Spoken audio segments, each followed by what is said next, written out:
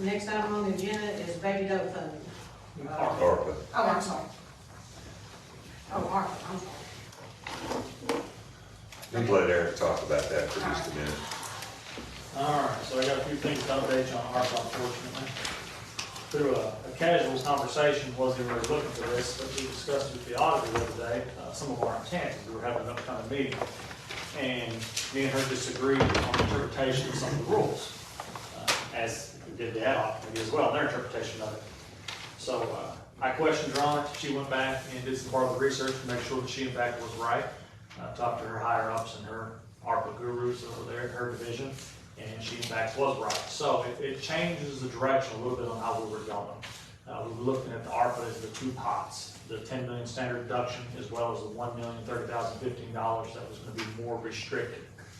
Our disagreement was in the calculation of loss of revenue. We were doing loss of revenue for nonprofits as their damages from the negative impact of COVID, and as well as doing standard deduction. Can't do both. Have to do one or the other. And so in doing so, she offered an alternative that may ease some of the tension for us. We jumped on the standard deduction because it allowed us to spend the majority of our money less restricted. We didn't have to do the annual calculations. However, when they went back and did the final rule, they changed the imputed growth factor from 4.1% to 5.2%, which changed our calculations on how much we lost. So originally, when I presented to this committee the 2020 calendar year losses, they were around 3-point-something million. Under that new growth factor, they're up to 4.9, almost 5 million. Losses for 2021 were 5.9 million. So if we switch gears and do the annual calculations opposed to the standard 10 million, we will encompass all of our ARPA grant into loss of revenue, which would allow us to then in turn go back to the original plan of giving money to these nonprofits.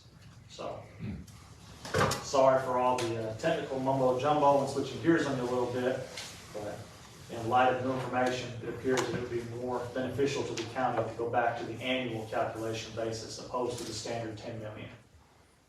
So basically put all the pots of money back together. Put the two pots back together. What would then the balance of those two pots be? Give me 1 second, I'll tell you that exactly.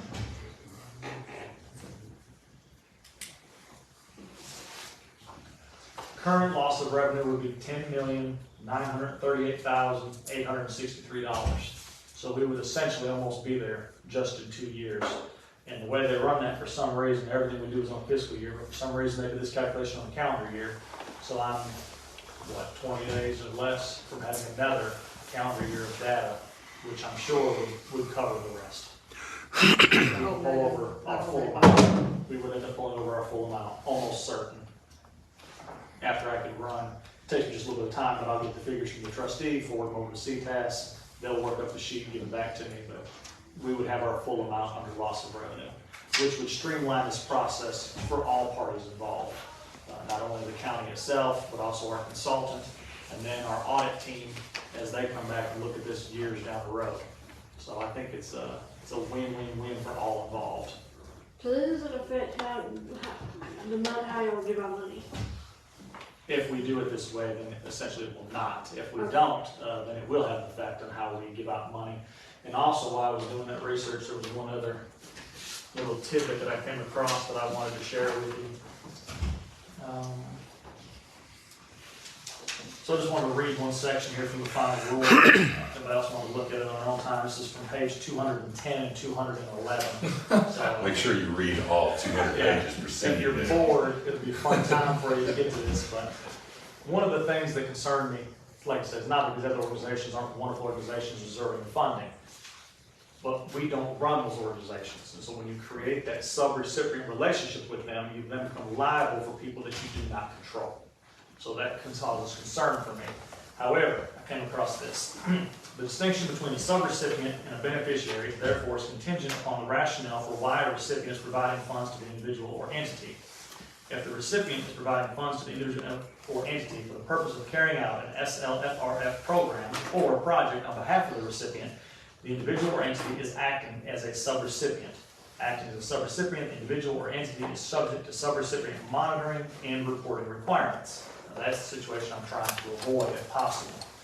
Conversely, if the recipient is providing funds to the individual or entity for the purpose of directly benefiting the individual or entity as a result of experiencing a public health impact or negative economic impact of the pandemic, the individual or entity is acting as a beneficiary.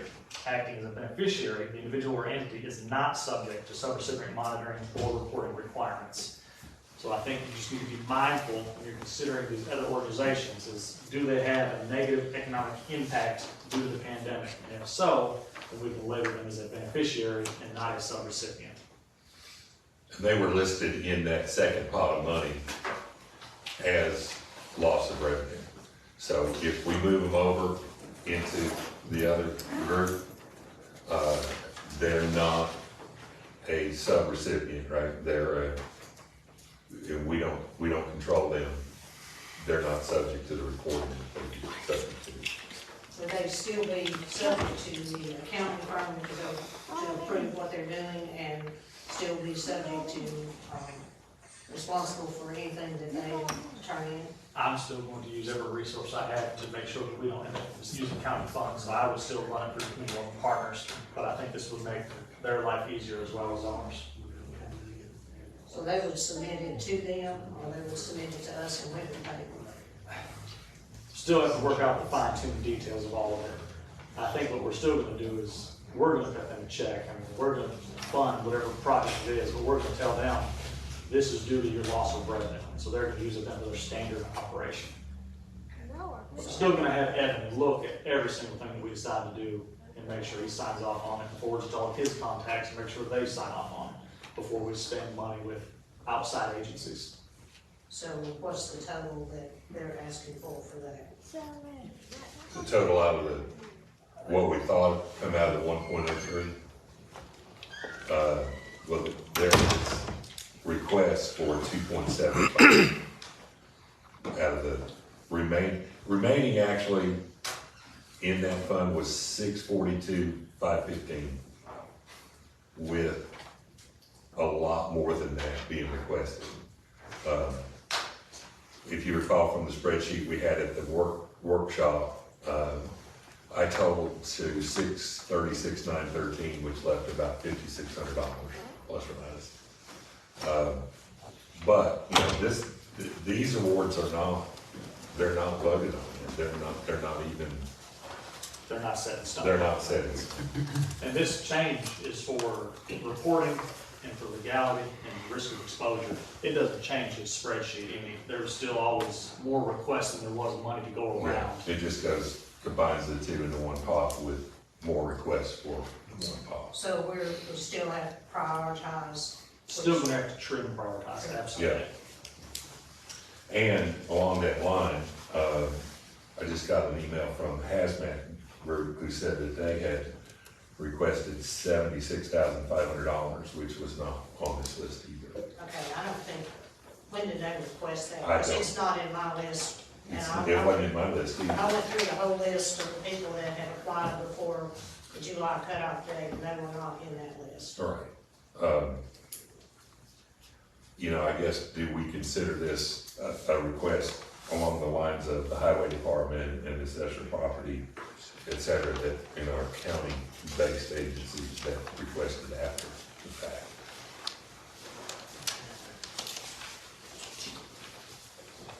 Okay, so what do we want to do? Only thing I would ask for is, if it was the will of the body for them to recommend that we do in fact switch over to the annual calculation opposed to the standard 10 million. Other than that, I'll do that behind the scenes for it. And we'd have to do that as a resolution in January also. Correct. I believe we did have a resolution on the books for that, so it would need to be rescinded and redone, yes. Okay, do I have a motion to combine these two pots of money and present it as a resolution in January? I'll make that motion. Do I have a second? I'll second that. All right, is there any more discussion? To be clear, we're not gonna get any, it's gonna be the same amount of money. Yes. No figures changed. There's nothing changed with requests, there's nothing changed with You the don't have amount pot of money. one, pot two, you have one pot. Right. Correct. And like Eric said, right now, we can claim $10,938,000. Right. he's got this year to go, so if we get $62,000 in loss of revenue this year, which, you know, we've gotten nearly 11 over the last 2 years. Yeah. It shouldn't be an issue to get to the $11,030,000. Just to make sure for the record, can you let us know what that resolution needs to say? Josh, is that okay? Oh, It's fine. As long as it, When you said I'll make that motion, it's a little hard to, because we had a lot of We're gonna have conversation to going on. rescind the motion that's already in. Well, yeah, we'll have to find the original resolution, rescind it, and then pass another resolution Pass. opting for the annual revenue loss calculation opposed to the $10 million standard. so just make the motion say that. that's easy to Okay. write down. And that's what your motion is, though, correct? Yes, Okay. what he said. Word for word. That's right. That's- Roll call vote on that, please. Yes, please. Josh Gillum, Yes. John Gibson, Yes. Robbie Palmer, Yes. Tom Kern, Yes. Nancy Barker, Yes. Danny Ellis. Yes. Mr. Chairman, 6 yes, motion passes. Thank you all. Okay, the next item we done is baby doe funding. While we're still on ARPA, I'm sorry, Okay. is there anything you want to add from the budget workshop the other day? Do you have any thoughts on when we want to prioritize this? How we want to go about it? What do we need to follow from here? Well, I think we're definitely gonna have to do some trimming. I mean, that's Oh, without yeah, doubt. there's no question. We can. And, you know, and I think the entities that are listed on there, that, you know, if we could maybe get something to them and ask them if there is, you know, I know when we did the ARPA fund, we said this is a pipe dream, ask for what you want. Well, now reality is set in, and we don't have a pipe dream anymore, we've got to cut to the funding, to the amount of funding that we have and what we can afford to get out. So, I think that, if we could get information out to the entities that are on that spreadsheet and, ask them if there's, you know, what's the bare minimum that you can do without, and get those figures and put that together, then I think then we're gonna have to get together and prioritize the items. Okay. I know Commissioner Maddox had done some figuring, Commissioner Palmer has done some figuring. We want to save that till when we can figure out from the rest of them to. I think it'd be interesting to hear what he has to say. If you wanna just broadly talk about, I mean, I don't know, we have to start somewhere, you know? One thing that, we asked Sarah to prioritize the top 3 in the county. I don't think it's unreasonable for every entity listed here to provide us a prioritized list of their top 3 requests. You know, instead of getting, you know, a sheet on the request, as, you know, the part of you said, a pipe dream. You know, I think we need to prioritize the top 3 requests and then see where we're at and then go from there. That way, everybody maybe will be able to get a little bit of something instead of, you know, cutting somebody out. And I think then after we do that, after we get that figure, when we get that list, then we can go back and.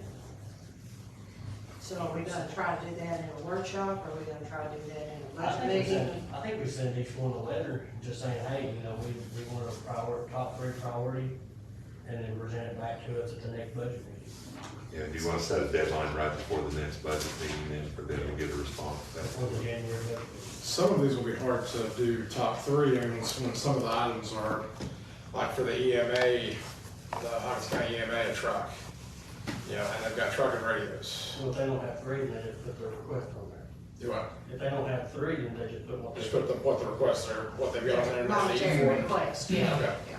And I would say, you know, we ask them, tell them the situation, we have limited funds, we wanna help as many people as we can, and ask them to make realistic cuts, you know, on what they can do with, and then, you know, in, the EMA's case, maybe they can't make any cuts, maybe they can, and then they come back with their response, and then we take it as a committee accordingly, you know?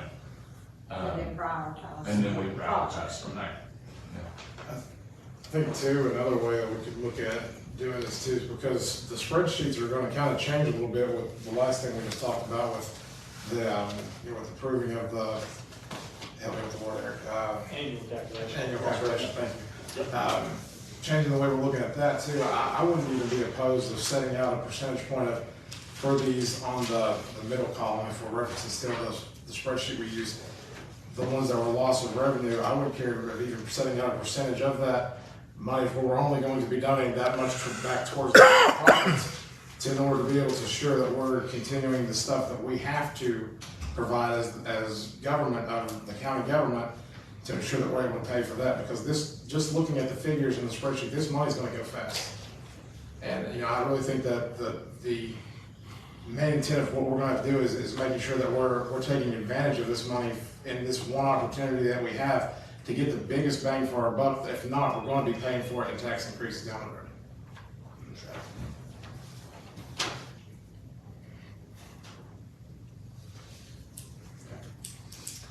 Not gonna be easy, any way we go. Okay, is there any more discussion? I'll redo the spreadsheet based on lumping it together and get it back out there. Is there a motion for Mr. Farmer? We had a motion from, Josh and you. For, Sorry, I thought we had a motion about sending out the letters, or was that just an No, idea? we had- No, we that- didn't do- Okay, that's this just- is what the motion that's was. what the Yeah. house was. Yeah, we were. I think the last motion was already voted on. Okay. Yes, we did a roll call vote. Okay, on the I'm last sorry, motion. I'm caught up now, thank you. Robbie just That was just discussion. I thought you were. That's- discussing the letter. I think it's a good idea to send that out and notice, because I mean, we're gonna have to make some cuts somewhere, and it's really gonna come down for us to decide what's the, and I know they're all worthy funding and they're all worthy causes, but we're gonna have to get the most bang for the buck, and I think just getting that last bit of information of saying, what's your absolute most, what's your biggest need? You know, just like, you know, Mr. Jones did at the budget workshop, we asked him, what's your top priority, he said, roll the paper. You know, realistically, Right. if he had to choose something, that's what he wanted. And he gave us a good explanation of how this would work, why he needs it, and how it could potentially save money by not having to contract it out. The Richie one did the same thing. Yeah, they did a big cut. I Yeah, they did appreciate what, that. I think $600,000 cut, roughly. You know, and they presented back a paper that said, hey, here's our top four, that's what we would like to do, with a price beside it. I think that's an amazing gesture from them, and I think that's a very responsible. Well, I hope they realize, all these folks realize that they have a better chance of getting something versus Yeah. everything. If they can, you know, come up with a priority. And I'd love to see that happen. You know, I don't want to slight any of these folks if we can possibly help it, but, I guess we need. and there's some folks here in the room that, you know, have made requests, so No. they've heard the discussion and, you know, hopefully they'll get a letter too, but hopefully, you know, they'll take it to heart and see what we can do. So our time frame is to get the letters out, get them back in before the next budget year? Yes. Okay. And I'll take- y'all I'll take care of it. Any more discussion? On the ARPA funding request, are we gonna try to handle this like a few at a time, or are we gonna try to come up with a thing that everybody agrees on and pass it all at once to distribute the money? I would caution on allocating it all, Mhm, and then you come to find out that some of these projects aren't gonna land where you thought they were gonna land, mhm. and now you've already told somebody you're gonna the money, and now you pull the rug out from underneath. So just like you're asking these other organizations to prioritize, we might need to do some internal prioritization ourselves and make sure that we really can do what we think we can do. And, you know, if some of these projects you are absolutely committed to and they end up running over, and you've already told everybody else down the road that they're gonna get their piece, now you've got a half-done project. So And that was, I would caution against yeah, that. and that was a problem with the ARPA funds to start with. The ad hoc committee, I don't think we ever imagined that we would have that many people approach. There's some projects that were asked about that weren't even in operation. When the pandemic started, the ad hoc money was supposed to be for the people that were affected by the pandemic. So, you know, That was part of what I took into consideration on this suggested column. You know, we eliminated the ones that weren't in operation. We eliminated the ones that really were asking for way more than what their loss of revenue was. At least knocked it down some. So, you know, I'm with Eric. We kind of need to prioritize this through them and then prioritize internally. And if we have to do it, you know, 2 or 3 at a time, we can do that. Yeah, that's fine. But I want to do those 2 or 3 from a priority list, not just from what, the way we've kind of been doing it is just grab this one and grab that one. No, I agree with that approach. I just was curious what everybody was kind of expecting or wanting to do. Eric, that $10,938,863, that's the total available to distribute, correct? right now, Today. today. Today. So the ARPA money is very unusual. Typically, a grant is usually reimbursement style. You spend it, get your money back. ARPA, they threw the money out right away. So yes, all of the ARPA money is in our possession. It's in an isolated, Mr. Shanks has it in a separate account, interest bearing, and so that's standing alone by itself. We have to have it spoken for to be able to expend it. Yeah. And so until we calculate that loss of revenue, we can't actually do that. So currently, we have the 10 million for our standard loss of revenue that we could do with less restrictions. The other million had to be spent 100% by the book. If we switch gears and do this, we'll bring all of the loss of revenue. But I can't say you've got the full 11 million until I get calendar year 22's financials into CTAS and get that sheet back. But we're talking about being what, 60, 80,000 short. So we're right there. That's where we're at. We're right there. Technically, we'll get that 11 Yeah. million to be able to spend, but remember, we've already committed 6,750,000 out of the 10 million and 387,500 out of the other. So now we're at a total of, you know, slightly over 7 million already committed out of the 11. And the total request is what? That's the, Far surpassing either figure. Yeah, it's a, you know, these figures are a little bit off because some of them are in there that we can't. Enough math is 12 right here, yeah, 12 million. 12,719,000 out of the 10 and 2,750,000 out of the 1, so. $15 million. Yeah. Never enough. getting everybody all to prioritizing, and we should be able to make that up. And there could be the rare instance where somebody's come back less, but that's just not typically how these projects go. Everybody goes there.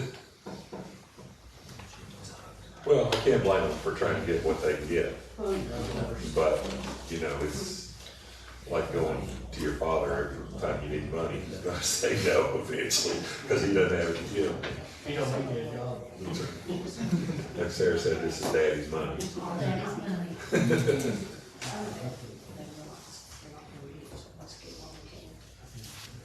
Okay, any other discussion? Any other questions for Eric?